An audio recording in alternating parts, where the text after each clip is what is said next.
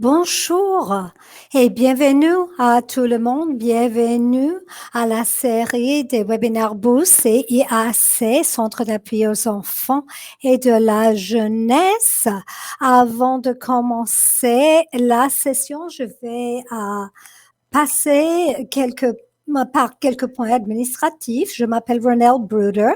Pour les participants qui écoutent en français, cliquez sur fleur en bas à gauche de l'écran et cliquez sur le mot français pour voir et suivre la présentation PowerPoint. Euh, euh, pour suivre la présentation en français, téléchargez la version en français de la présentation en cliquant sur le mot document à droite. N'hésitez pas à télécharger la présentation en anglais et en français en cliquant sur document à la droite. Il y aura une foire aux questions pendant les 5 dernières minutes du webinaire. Pour poser vos questions, veuillez consulter la barre utile à droite, cliquez sur message et écrivez votre question aux participants sur le clavardage. Vous pouvez soumettre votre question à tout moment, mais notez que je ne vais pas regarder vos questions jusqu'à la fin lorsque nous faisons les questions et réponses. Si vous regardez ce webinaire en groupe, et s'il vous plaît, inclure la quantité de participants dans le groupe en cliquant sur message et la quantité de personnes. Et maintenant, nous pouvons commencer. Et merci pour votre patience.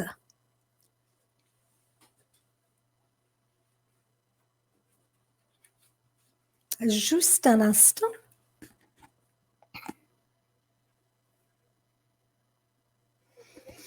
Aujourd'hui, la présentation, c'est sur la COVID-19 et la traite sexuelle à des fins commerciales, l'impact accru sur les jeunes vulnérables. Je pense que tout le monde a été impacté par la COVID-19 pendant les derniers 8 ou 9 mois. Nous avons vu l'isolement social, il y avait une réduction économique, perte de travail, d'emploi.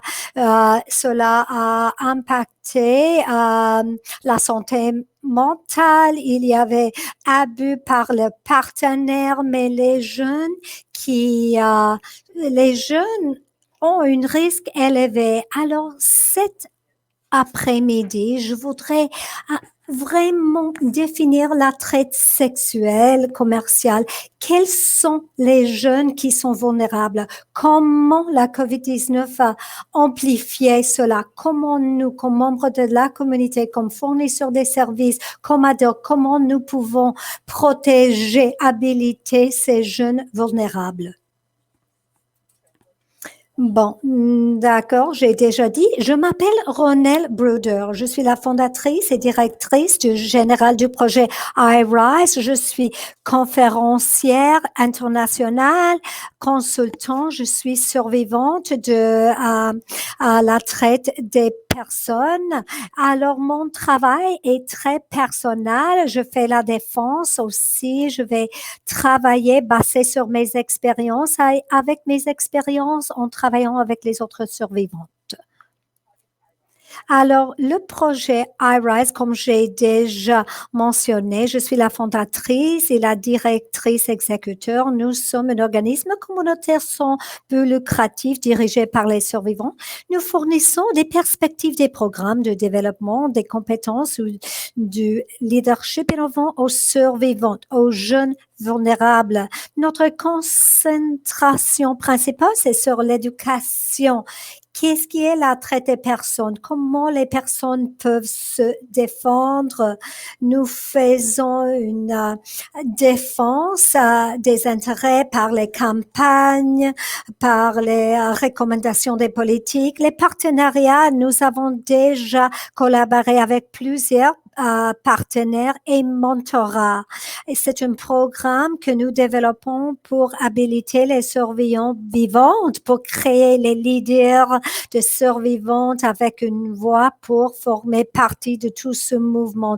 Si vous désirez savoir plus, vous pouvez consulter notre site web et www.projectirise.org et notre site web. Et vous pouvez nous contacter par notre courriel.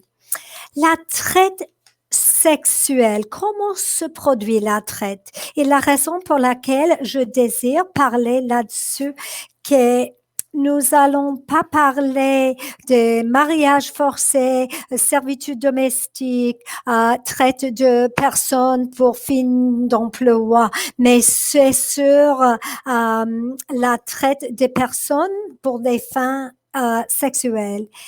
Bon, il y avait la fausse information sur l'Internet, il y a les conspirations qui n'informent correctement les jeunes sur ce qui est la traite des personnes. Alors, comment se produit la traite survivante? C'est la traite des personnes. La traite sexuelle, c'est le recours à la force, à la fraude ou à la coercion pour inciter quelqu'un à se livrer à des actes sexuels à des fins commerciales. Alors, qu'est-ce que c'est la force? Ça, c'est forcer une personne. La coercition, qu'est-ce que ça veut dire? C'est la manipulation que les trafiquants peuvent utiliser pour exploiter une personne. Si une de ces choses occure, ça veut dire que juste un élément, ça c'est du trafic. Alors, toute activité sexuelle à des fins commerciales avec une personne mineure, même en l'absence du recours à la force, à la fraude ou à la coercition, est considérée être la traite. Et voici les statistiques canadiennes. Ce sont les données rapportées par la police de 2009. Je voudrais souligner que ce sont les données fournies par la police. Les données que je présente, c'est sur les actes comme ceci qui était rapporté, c'est pas vraiment exact parce que c'est sous-rapporté. Basé sur les données, nous savons que 93 personnes des victimes de la traite sexuelle sont des citoyens canadiens ou des résidents permanents. Alors ça, c'est contre les idées générales que c'est pas forcément les gens qui sont amenés au pays. Maintenant, nous voyons la traite sexuelle aux Canadiennes, aux résidents permanents. Les femmes et les filles représentent 97 de tous les cas signalés de traite sexuelle. Mais comme j'ai dit, juste au début, ce sont les cas rapportés. Nous savons que les jeunes hommes et les enfants, garçons sont impactés aussi, mais pour plusieurs raisons, pour la honte que la société a sur les hommes qui ont été impactés, mais par l'homophobie, transphobie, et nous n'avons pas un taux exact sur combien de jeunes hommes et garçons étaient affectés. Alors, je voudrais juste dire que les victimes sont jeunes, moins de 25 ans. Alors, moins de 15 ans, c'est vraiment, il y a pendant plusieurs années, même si leur première victimisation était moins de 25 ans, cela ne veut pas dire que les personnes plus jeunes ou plus âgées sont pas des victimes. Et l'Ontario est considéré comme le centre de la traite de personnes au Canada et ça compte pour 2/3 des cas signalés. Parce que l'Ontario a un système très robuste avec la traite sexuelle, mais il y a beaucoup d'éducation, beaucoup de connaissances et peut-être nous avons une augmentation des cas rapportés et il y a 4%, c'est-à-dire les victimes, les trafiquants, ils bougent, ils se mobilisent d'une ville à ville au Canada, bien qu'elles ne représentent que 4% de la population. Les femmes et les filles autochtones comptent pour plus de 50% des victimes au Canada. C'est choquant que 4%. Mais les filles autochtones comptent pour plus de 50%. Et finalement, 92 des victimes connaissaient la personne accusée d'être à l'origine de la traite. Plus souvent, c'est un ami, une connaissance des victimes. C'est pas une étranger. Nous savons que cela n'est pas le cas. 92 sont traités par une chum, un petit ami ou une connaissance. Alors, ce que je vais faire maintenant, je vais montrer une vidéo pour nous tous. Et je suis désolée si ça prend juste 1 minute, mais je voudrais vous montrer une vidéo qui mieux explique ce qui est la traite des personnes. Alors, on commence.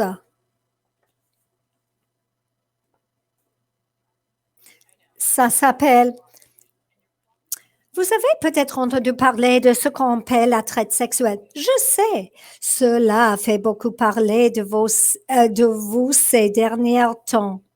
La vérité que la traite sexuelle se produit partout au Canada. Des jeunes Canadiennes, filles et garçons comme toi, certains encore plus jeunes de toutes les ethnies sont victimes de la traite. La plupart d'entre eux n'ont aucune idée de ce qui se passe jusqu'à ce que ce soit trop tard. Je m'appelle Ronelle Bruder. Je suis une survivante de traite sexuelle, une militante de la lutte contre la traite des êtres humains. Qu'est-ce qui est la traite des êtres humains et des fins sexuelles? C'est lorsqu'une personne, généralement une jeune mineure, est attirée, trompée, manipulée pour vendre son corps à des fins sexuelles afin de gagner l'argent pour quelqu'un d'autre. Et qu'est-ce qui se passe? Cela commence quand, généralement, pendant l'heure, les trafiquants recherchent les jeunes vulnérables avec lesquels ils peuvent entrer en contact à l'école, au centre commercial ou en ligne. Ça peut sembler innocent et envoyer un message sur les médias sociaux. Ça là peut commencer, oh là, bonjour, ma belle. Ils reçoivent une réponse. Ils peuvent utiliser l'information après. Ensuite, après, c'est la manipulation. Ils utilisent toutes les informations recueillies pour jouer sur les émotions, sur les insécurités de la personne. Et ensuite, ils se font bombarder d'amour. Ils sont couverts d'attention, des cadeaux coûteux, des voyages et même de drogue et d'alcool pour altérer leur jugement. Après, c'est la manipulation et contrôle. À ce stade, la victime pense que la personne est son petit ami, sa petite amie ou son meilleur ami. Ils repoussent les limites et font pression sur la victime pour qu'elle fasse des choses qu'elle n'aime pas, tout en isolant lentement de sa famille ou de ses amis. C'est ce qui conduit à l'exploitation. Cela peut commencer par un travail dans un salon de massage ou de faire de striptease dans un club. Ils leur disent combien d'argent qu'ils peuvent gagner, ou c'est que cette fois-ci, ensuite, cela transforme en acte sexuel. Si elle essaie de s'en sortir, il peut devenir violente, le trafiquante. Alors, c'est réel. Il faut parler avec quelqu'un parce que c'est réel. Si quelque chose se semble trop beau pour être vrai, fais confiance à ton instinct et parlez avec quelqu'un. Merci d'avoir écouté.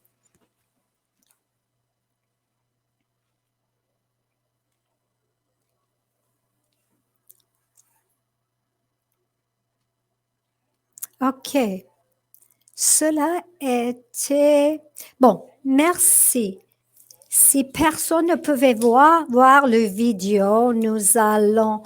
dans la boîte de clavardage se trouve le lien à la vidéo. Si vous désirez regarder cela après, c'est dans la boîte de clavardage. C'est une vidéo que j'ai créée avec mon équipe et moi-même pour le jour de connaissance sur la traite sexuelle. C'était en février pour être une vision, un aperçu de ce qui est la traite sexuelle pour les jeunes, pour les parents, pour aborder ce thème. Alors, quand vous voyez le vidéo, vous pouvez voir comment ça déroule et les stades de la traite sexuelle à des fins commerciales. Alors, quels sont les jeunes, quels sont les facteurs de risque? Et je sais que j'ai dit que chaque jeune présente un risque. Mais il y a certains groupes, certaines populations des jeunes qui ont un risque élevé d'être victimes de traite. Les femmes, les femmes qui sont les victimes, très souvent, les femmes autochtones, le groupe LGBTQ+2, les personnes noires ou racialisées, les migrants et nouveaux immigrants ou les personnes marginalisées. Ce sont les gens qui présentent un risque élevé d'être exploités. Ils ont toujours une histoire d'avoir été abusés.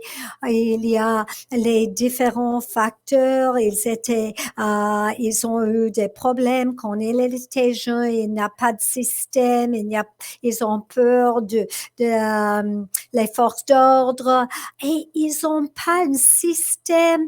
Et ce sont les gens qui se trouvent dans la rue, sans abri, mais tous les jeunes sont vulnérables pour être exploités.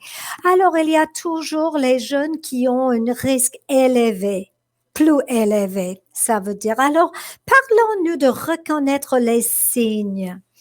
Alors, quand est-ce qu'une jeune, une chose, nous pouvons penser sur l'apparence, comment cette personne est habillée. Peut-être le jeune est habillé de manière inappropriée pour le temps qu'il fait, ou peut-être les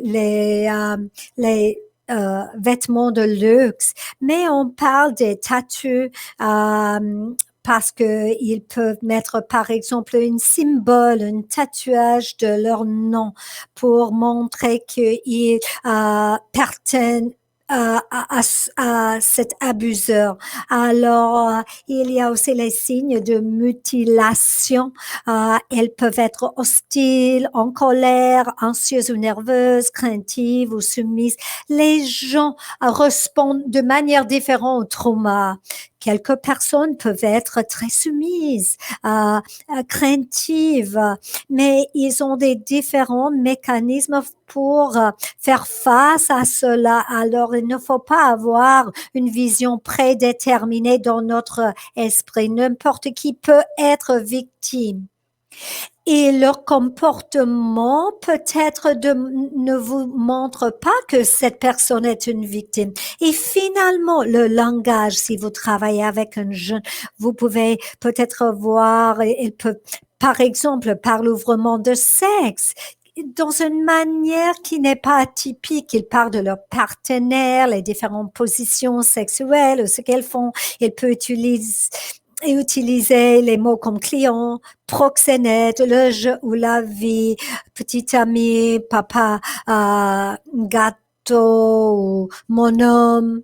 Les mots comme ça, tout cela peut arriver. La personne peut-être n'est pas victime de la traite sexuelle et peut-être ça n'arrive pas. C'est important de savoir les signes, les indicateurs, mais il faut savoir que ce sont les signes potentiels. Ce ne sont pas tous les différents signes. Alors, pourquoi les victimes restent? Pourquoi ils sortent pas immédiatement quand ils sont exploités, victimisés. Pour bien comprendre cela, il faut comprendre la dynamique de la traite et comment ils peuvent avoir tellement de contrôle. Et j'adore cette image. Ça, c'est de Polaris Project. Ça s'appelle traite aux fins d'exploitation sexuelle, la traite et des fins de travail. Alors l'abus émotionnel, l'isolement de leurs amis, peu à peu, parce que le trafiquant est la seule personne dans leur vie. Blâmer, nier, blâmer, minimiser. Gaslighting, ça veut dire de leur faire penser qu'ils sont fous ou folles. L'abus sexuel du trafiquant ou des autres personnes, la violence physique, l'utilisation de privilèges, si c'est une personne qui a un privilège, peut-être un membre de la famille ou de la communauté, l'abus économique, il peut prendre tout leur argent. Alors, la victime n'a pas le moyen pour s'en sortir. La coercition ou les menaces contre la personne. Alors, ce sont quelques manières qu'il utilise pour contrôler avec la coercition et menace. Il ne voit pas souvent comme une victime, ces victimes. Il pense que quelqu'un qui se trouve dans une relation amoureuse, nous avons parlé déjà de la manipulation, de la création de liens. Alors, il pense, ah, c'est mon meilleur ami, c'est mon chum. Il pense pas que c'est quelqu'un qui est en train de leur exploiter. Même avec tout le trauma et l'abus, ils ne voient pas ça dans eux-mêmes. Alors, c'est important quand vous travaillez avec les victimes de exploitation et de la traite sexuelle. Il ne faut pas forcer les termes, les étiquettes. Les jeunes doivent aller à leur propre conclusion. Alors, pourquoi alors ces victimes retournent? Parce que nous voyons ce qui est ils retournent parce qu'il y a tout un cycle. Soit ils retournent à travailler dans l'industrie sexuelle pour être rétraumatisés, ou ils retournent à leurs trafiquants pour quelques raisons. D'abord, il y a tous un sentiment d'attention, attachement envers le trafiquant. Ça s'appelle le syndrome de Stockholm parce qu'il y avait déjà toute une relation construite. Que la victime pense que la victime est importante pour cette personne. Ce sont les cycles entre le positif, le négatif. Le trafiquant peut être cette personne tellement amable et après le monstre, il y a tout un cercle vicieux quand la personne est en train d'être manipulée. Alors, il y a aussi les fausses informations, les fausses promesses, les voyages, les voitures, les condominiums, tout pour le mettre sous contrôle. Méfiance envers l'exécution de la loi. Les trafiquants, ce qu'ils font, ils racontent aux victimes. Il ne faut pas faire confiance avec l'exécution, les organismes d'exécution de la loi. C'est comme un lavage de cerveau. Il ne faut pas faire confiance en eux. Et finalement, les sentiments d'attachement à la vie, au jeu, pour déterminer les troubles. Alors, la vie devient tellement normale pour ces personnes, surtout quand ils étaient là-dedans pendant plusieurs années. Ça peut être un défi de en sortir quand ils ont perdu les connexions avec leurs amis, leur famille. Alors, ils retournent à l'industrie sexuelle et ce cycle continue. C'est pour cela beaucoup de travail que nous faisons à Project iRise, c'est essayer de autonomiser, habiliter les survivants en leur donnant les appuis pour avoir du succès dehors de l'industrie sexuelle. Alors, comment la COVID-19 a-t-elle aggravé la vulnérabilité? Et j'ai dit tout au début, tout le monde a été impacté par la COVID-19. Moi, j'étais impactée, je sais que tout le monde. Et il y a une vulnérabilité pour certains groupes en particulier. Alors, j'ai trouvé cela dans une revue pédiatrique. Les populations déjà vulnérables font les frais des impacts sanitaires de la COVID-19. Cet impact accru par la COVID-19 sur les populations vulnérables a d'importantes conséquences pour les personnes à risque de faire l'objet de la traite de personnes ou qui en sont déjà victimes. Alors, ils sont pas vulnérables aux causes de la COVID-19. ils étaient déjà vulnérables. La COVID-19 a augmenté le risque. Ce sont les jeunes vulnérables, marginalisés, les jeunes noirs, autochtones qui habitent dans la rue, qui sont pas en sécurité. Ce sont plusieurs jeunes et le risque est amplifié à cause de la COVID-19 par et ils sont plus en risque par la traite sexuelle à des fins commerciales.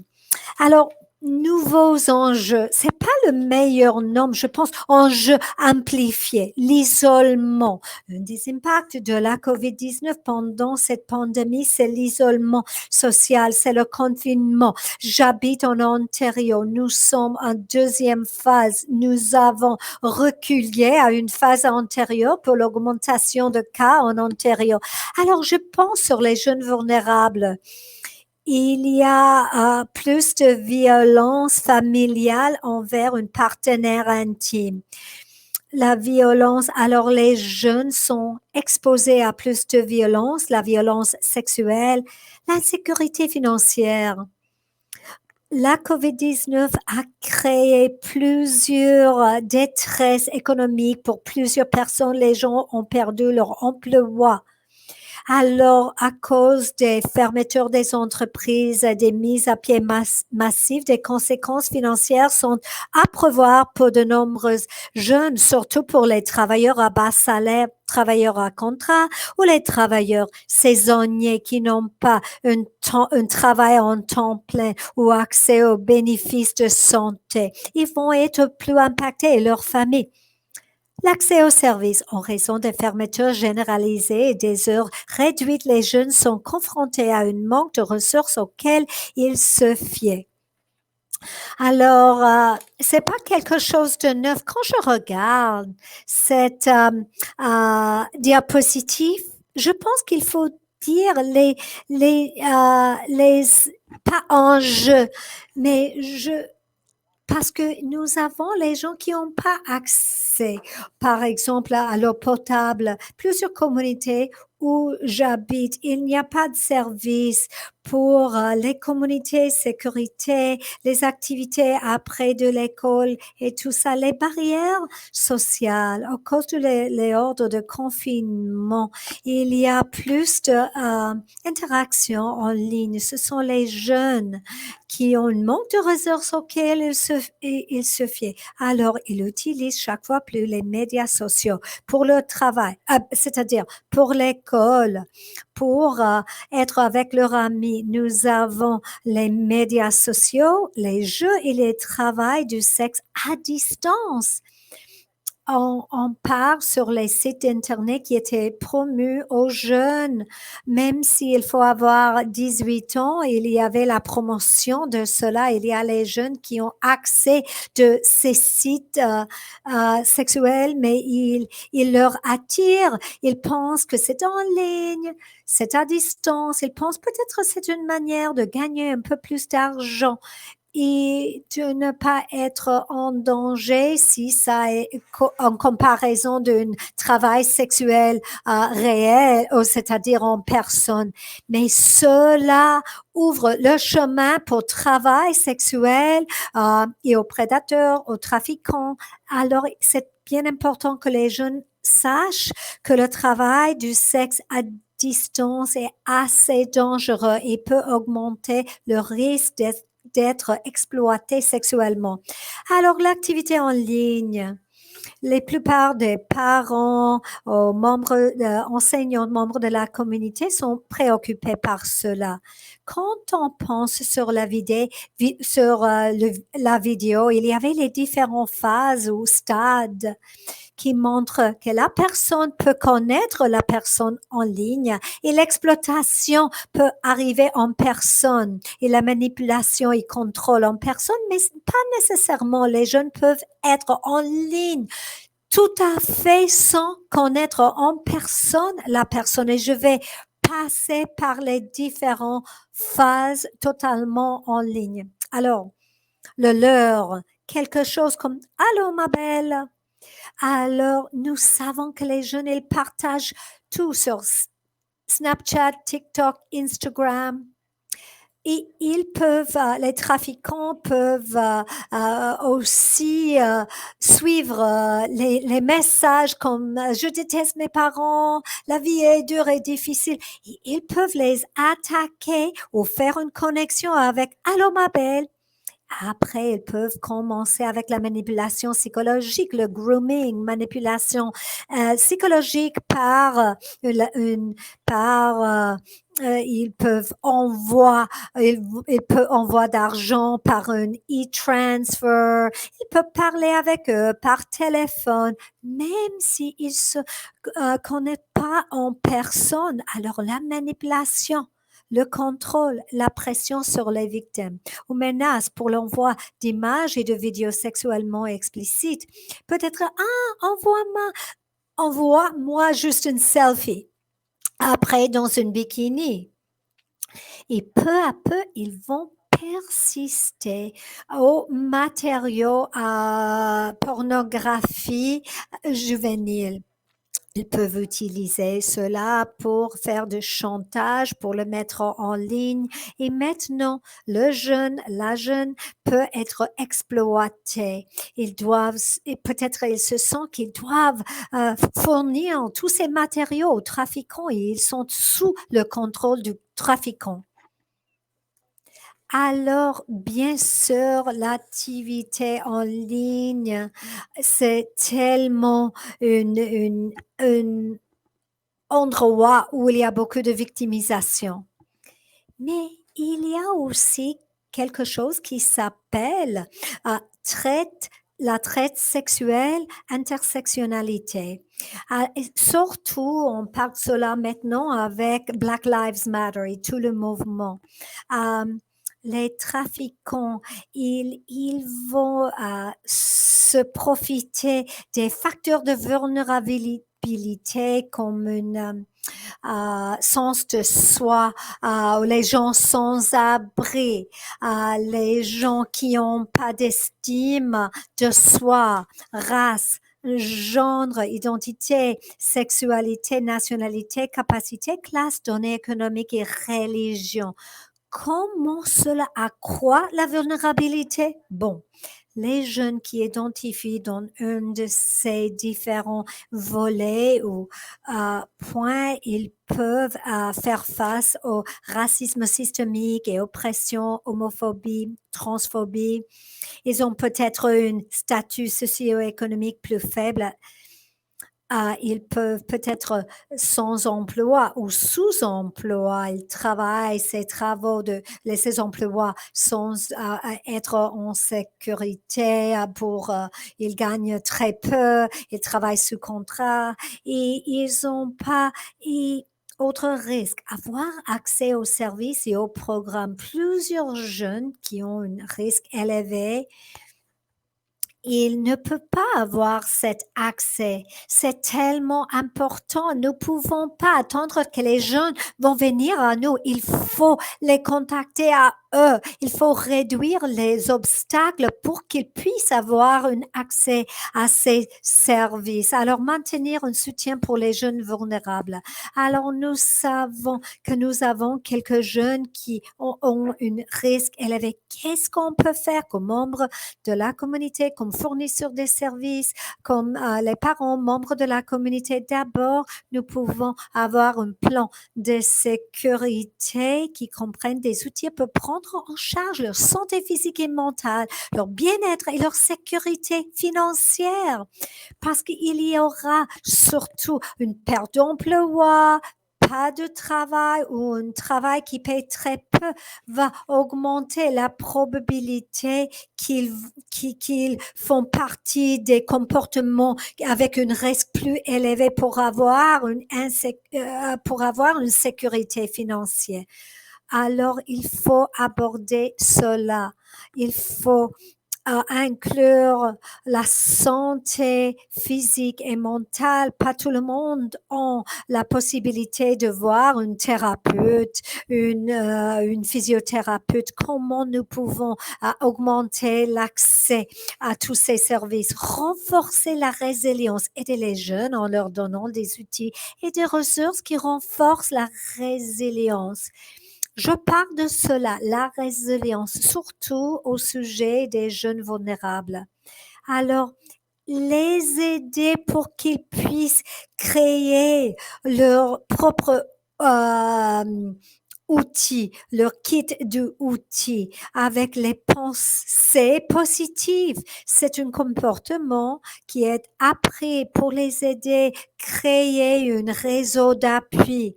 Cela ne doit pas toujours être la famille. Quelques-uns sont distants de leur famille, ils n'ont pas la sécurité dans le foyer de la famille, mais cela peut venir des services, des fournisseurs des services, de leurs amis. Mais avoir ce réseau de sécurité est tellement important.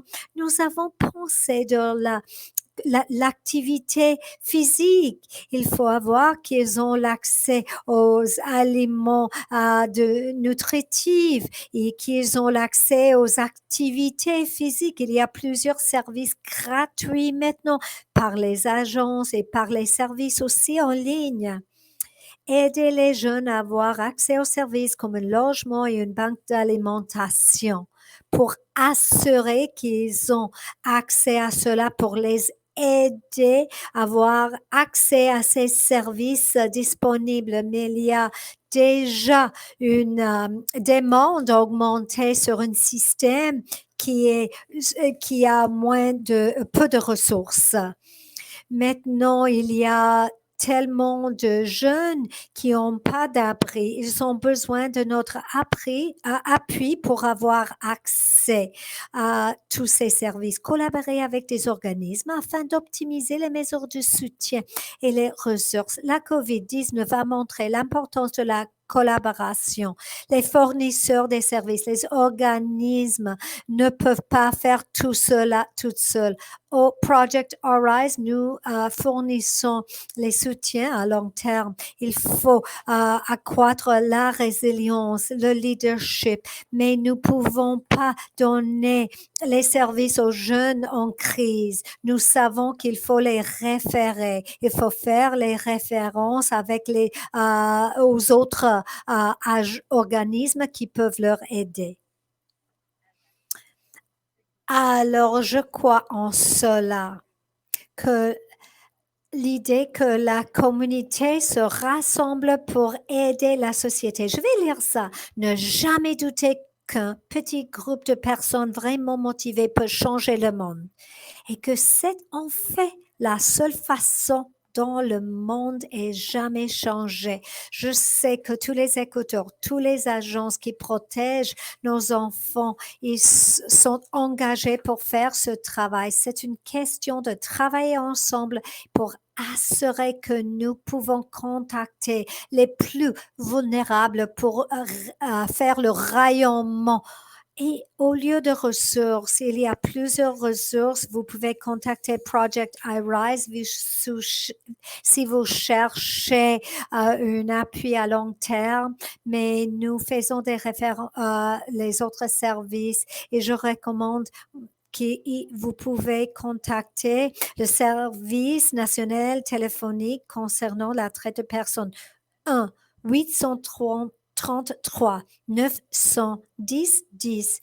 C'est un numéro sans frais, confidentiel, 24/7 à travers du Canada, même si vous n'avez pas besoin d'une référence, mais vous voulez plus de renseignements pour comprendre comment ça marche, la traite sexuelle, ou si vous connaissez quelqu'un qui était une victime. Alors maintenant, je vais prendre vos questions.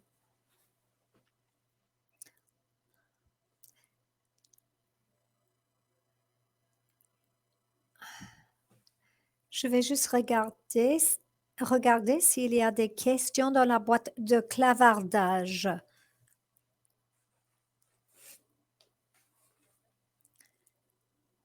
Je ne sais pas s'il y a des questions, mais ah oui, tous les diapositives vont être disponibles pour tout le monde. Alors, cela ne va pas être un problème. Si vous en avez besoin, cela va être fourni par une PDF. Alors, j'ai pas de questions, mais il nous reste quelques minutes. Alors, je pourrais ajouter quelque chose. Je pense que la COVID-19, pour nous tous, nous avons vu l'impact et nous savons pas ce qui se passe. Nous savons pas ce qui va arriver à l'avenir. Il y a tellement d'incertitudes dans notre pays, à travers le monde. C'est important de croître une système, une résilience parce que nous ne savons pas ce qui va arriver après. Il y avait tellement de pertes d'emplois. Il y a les augmentations de risques de surdosis, les taux de violence domestique et toutes ces autres choses qui peuvent exister en ce moment, si on pense sur la exploitation sexuelle, la traite sexuelle, peut-être il y a les trafiquants qui sont limités. Oui, il y a les manières en ligne, mais en personne a été limité. Alors, qu'est-ce qui va arriver quand tout d'un coup, tout retourne à un moment normal? Est-ce qu'il y aura une augmentation de leur vulnérabilité et les jeunes qui sont marginalisés vont être plus marginalisés? C'est le moment pour aider les jeunes vulnérables. Il faut faire du travail de prévention. Comment va être l'avenir? Qu'est-ce qu'on doit faire pour assurer que les jeunes sont en sécurité dans notre monde après la COVID-19? Ça, c'est mon opinion personnelle. La COVID a souligné, a amplifié plusieurs facteurs, plusieurs insécurités, fautes de ressources qui existent dans notre système. Maintenant, c'est le moment. Nous avons, ou peut-être il y a toute une lumière, une focus sur cela. Peut-être nous n'avons pas parlé là-dessus auparavant, mais si nous pouvons améliorer la société avec plus de logements, meilleur accès à soins de santé, plus de appui pour les gens qui utilisent la toxicomanie. Mais il faut faire beaucoup plus maintenant pour mieux protéger les gens à l'avenir. Ah, je vois quelques questions. Je vais juste regarder maintenant. Alors, quelqu'un demande, et comment vous pouvez remplir les besoins des logements ou comment cela se fait? Pardon, j'ai pas vu vos questions. Alors, normalement, les jeunes qui ont besoin de logement, ils peuvent avoir accès à une agence et avoir une référence. Il y a aussi les abris. Mais pour avoir un logement à long terme, il y a toute une pénurie. Nous avons les abris temporaires pour les jeunes, mais quand on parle à long terme, il faut faire plus de travail pour créer cela. Je sais que le gouvernement a abordé ce thème, mais il faut faire plus de création de logements.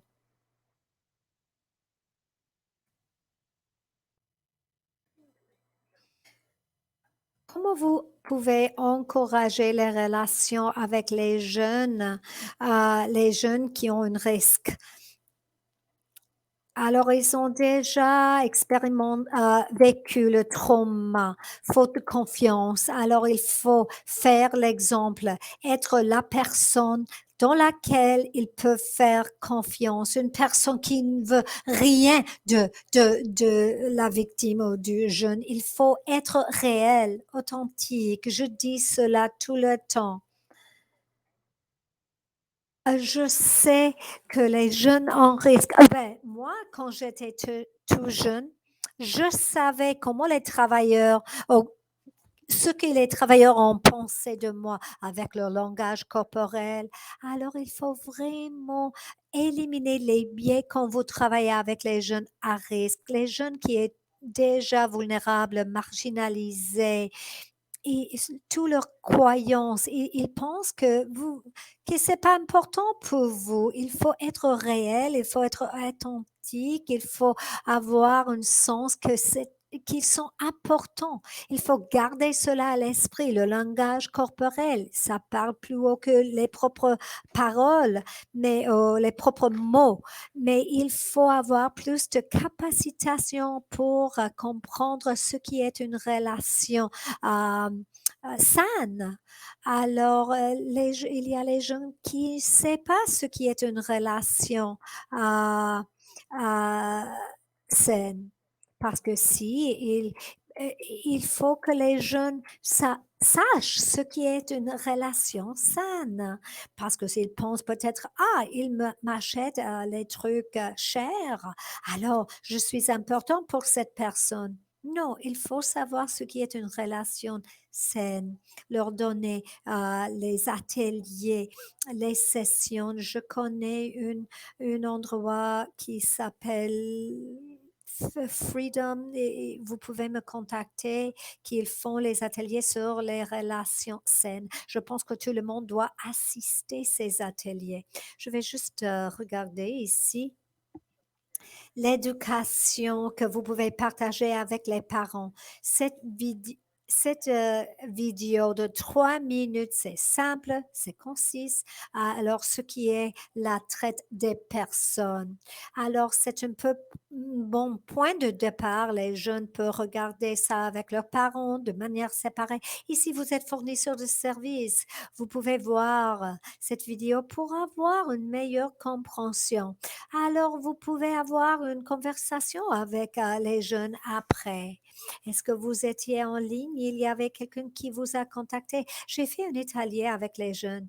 Est-ce qu'il y a quelqu'un qui vous a contacté en ligne? Euh, est-ce qu'il y avait quelqu'un qui a proposé quelque chose? Il était proposé par quelqu'un en ligne.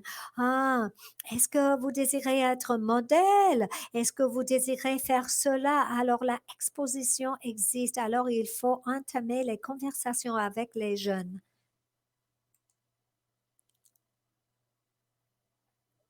Merci. Vous avez parlé de changement d'identité. Euh, Ça veut dire détresse d'identité. Alors, toute partie de la manipulation psychologique, c'est changer comment la victime pense sur le sexe. Au lieu d'être dans une relation entre deux personnes qui s'aiment, c'est quelque chose pour les fins commerciales. Ils font les trucs après d'avoir sexe avec le victime, ils leur donnent l'argent. Avec le sexe vient l'argent. Alors quand quelqu'un a cette idée-là, c'est comme un lavage de cerveau. Maintenant, il travaille dans l'industrie sexuelle. Il y a un lien entre le sexe et l'argent. Ah, les choses sont comme ceci. Vous avez des relations sexuelles, ils doivent vous payer. Vous êtes dans une vie rapide, l'argent rapide. Alors, c'est pas juste l'industrie sexuelle comme un style de vie. Ça peut être addictif, ça peut être difficile de se retirer et essayer d'intégrer à la société encore une fois. Alors, c'est très important pour cela que les survivants aient une appui.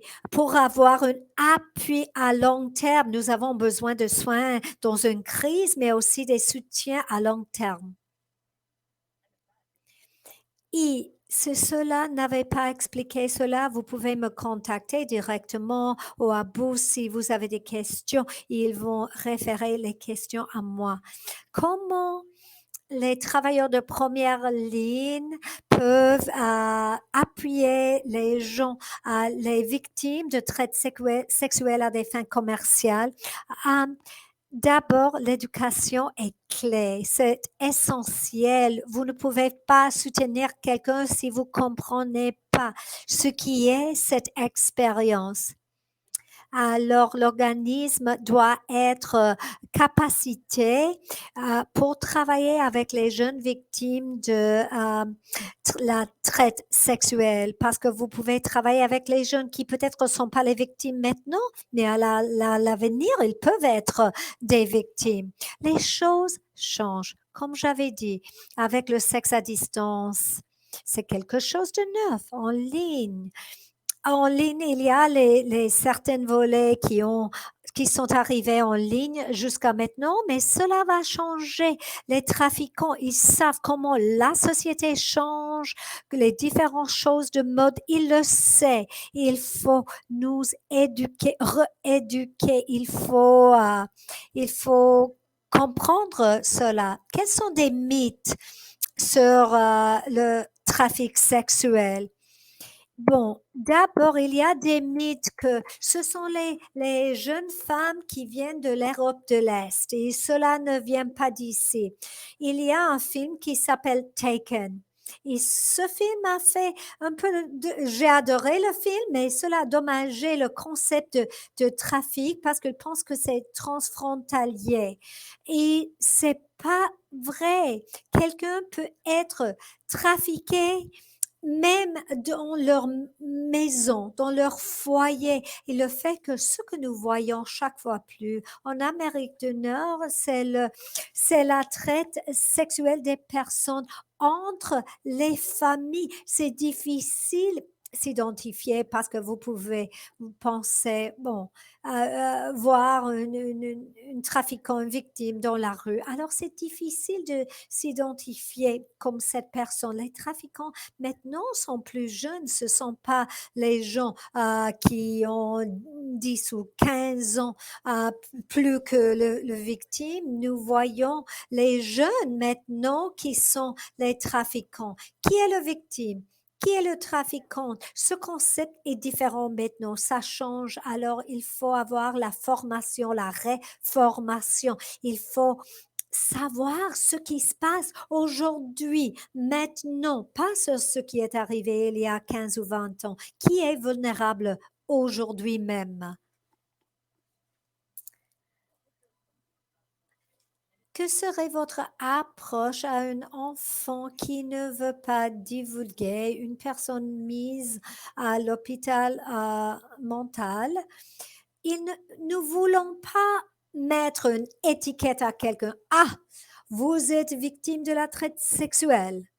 Non, vous pouvez les aider dans tout le processus de l'éducation avec les outils éducationnels sur la traite des personnes, avec une thérapie pour qu'ils puissent faire le travail de trauma. Ils doivent comprendre tout ce trauma avec les personnes de confiance pour comprendre quand eux-mêmes, ils sont ils ont la connaissance qu'ils étaient victimes de la traite sexuelle. Ils doivent le faire toutes seules pour améliorer leur vie. Parce que sinon, il y a les victimes qui retournent à cette vie chaque fois plus. Je sais que c'est frustrant pour les fournisseurs des services. C'est que le victime euh, doit conduire à cette réalisation eux-mêmes. Ils doivent se rendre compte qu'ils sont des victimes. Et mais à travers de leur travail de trauma, ils peuvent ouvrir et ils peuvent recevoir de l'aide de cet organisme.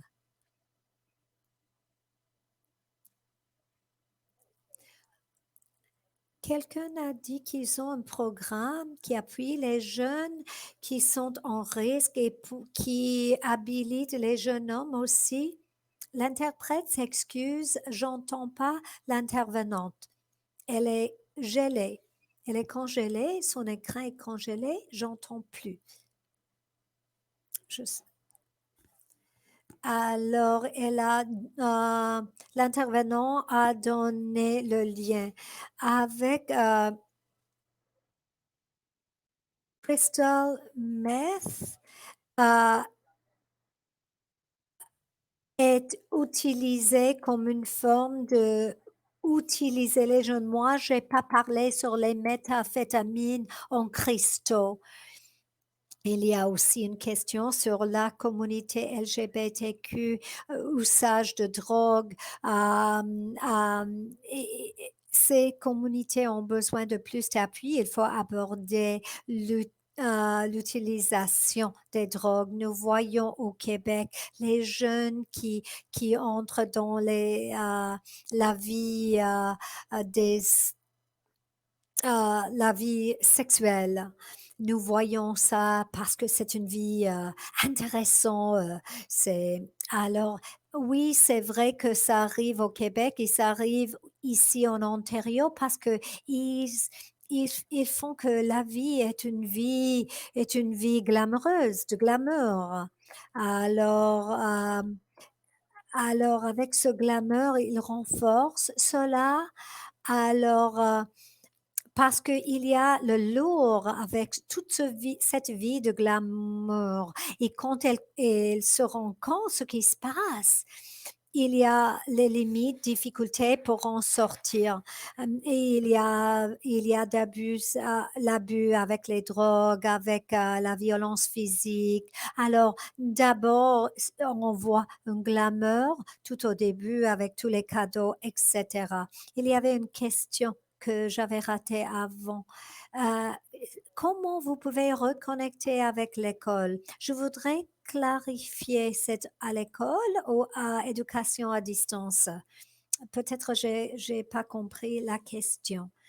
Mais je pense, si on pense sur les jeunes et l'école en ligne et que ces jeunes ne peuvent pas avoir accès à ce réseau, ils vont à l'école en ligne.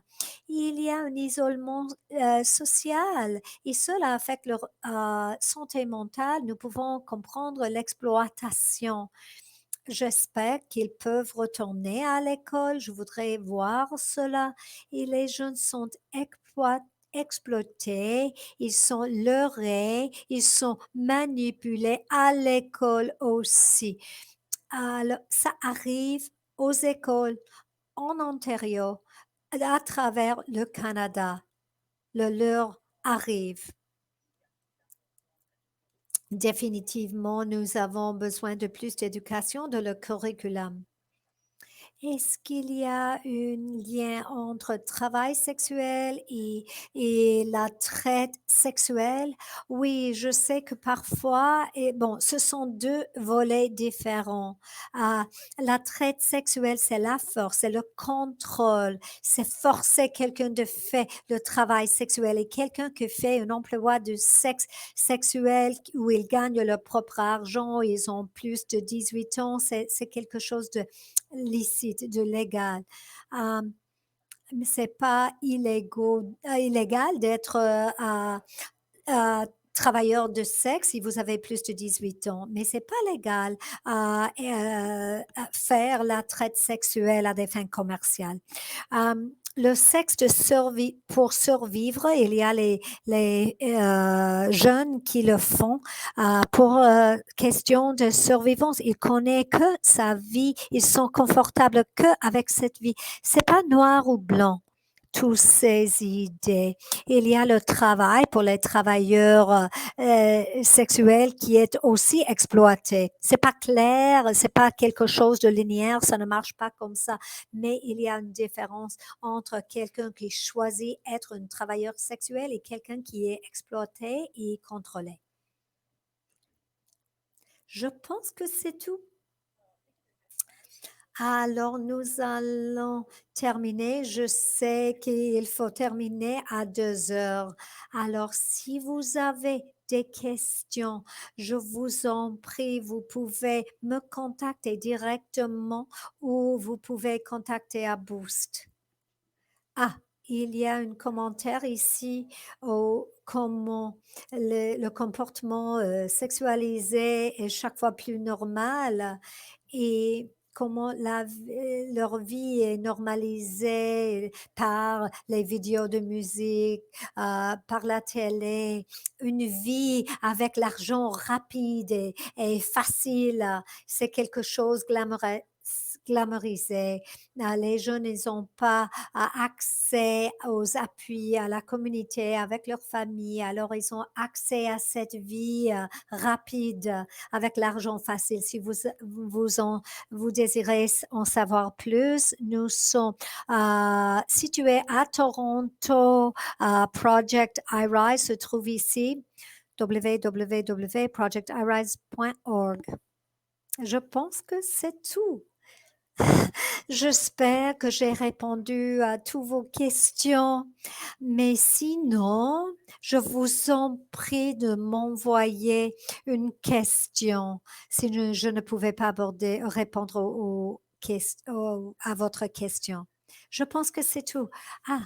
Est-ce qu'il y a les vidéos pour les adolescents? Je pense que le gouvernement de l'Ontario a créé quelques vidéos. Aussi, Covenant House a une bonne vidéo. Covenant House Toronto, Covenant House de Toronto, ils ont une vidéo sur la traite sexuelle. Et c'est une autre agence, Covenant House. Est-ce que vous pouvez voir les termes? Pardon, l'interprète n'a pas entendu la question. Je pense que pour ma compréhension, je pense que c'est pas étonnant si cela n'est pas arrivé. Nous avons des jeunes qui maintenant se trouvent dans l'industrie sexuelle. Ils pensent que c'est beaucoup plus en sécurité. Il est 2 heures. Merci à tous. Merci. Si vous avez des autres questions, vous pouvez me contacter. Merci.